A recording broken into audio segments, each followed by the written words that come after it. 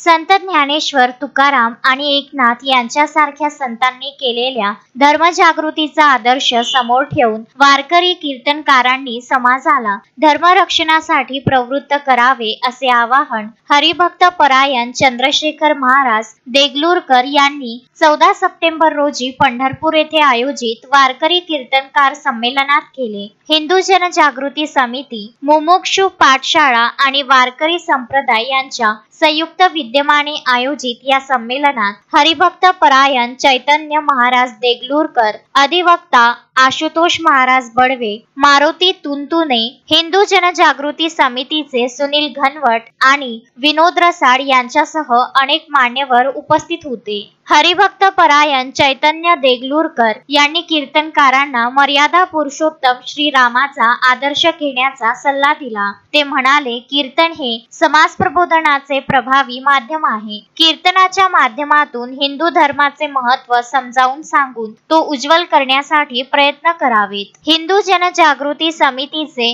सुनील घनवट यांनी अर्बन नक्षलवादाचा धोका वारकरी संप्रदायापर्यंत पोहोचल्याचे सांगत वारकरी आणि कीर्तनकारांनी सावध होऊन या घुसखोरीला रोखण्याचे आवाहन केले। त्यांनी वारकऱ्यांनी देव, देश, धर्म आणि वारी यावर होणारे आघात हिंदू समाजापर्यंत पोहोचवण्याचा निर्धार करावा असेही सांगितले। आपल्यासारखेच काही विद्यार्थी त्या विद्यापीठात शिकतायत, मग ते शिकणाऱ्या विद्यार्थ्यांच्या मनामध्ये आणि त्या घोषणांमध्ये हा विषय आला कुठून? त्यांना शिकवणारे जे प्राध्यापक असतील, त्यांना शिकवणारा जो अध्यापक वर्ग त्या ठिकाणचा आहे, हा त्यांच्या मनामध्ये हा अर्बन नक्षलवादाचा विचार घालतोय आणि या षडयंत्राबाबत आपण जागरूक झालं पाहिजे। वारीमध्ये या घुसलेल्या संविधान दिंडीचे कार्यक्रम होतात, व्यासपीठ उपलब्ध करून दिलं जातं। हे कोणाला उपलब्ध करून दिलं जातं? तर अंधश्रद्धा निर्मूलन समितीचा अविनाश पाटील असेल, त्या ठिकाणचा तो एक सामाजिक कार्य करणाऱ्या चळवळीचा असेल, त्याला हे व्यासपीठ उपलब्ध करून दिलं जातं।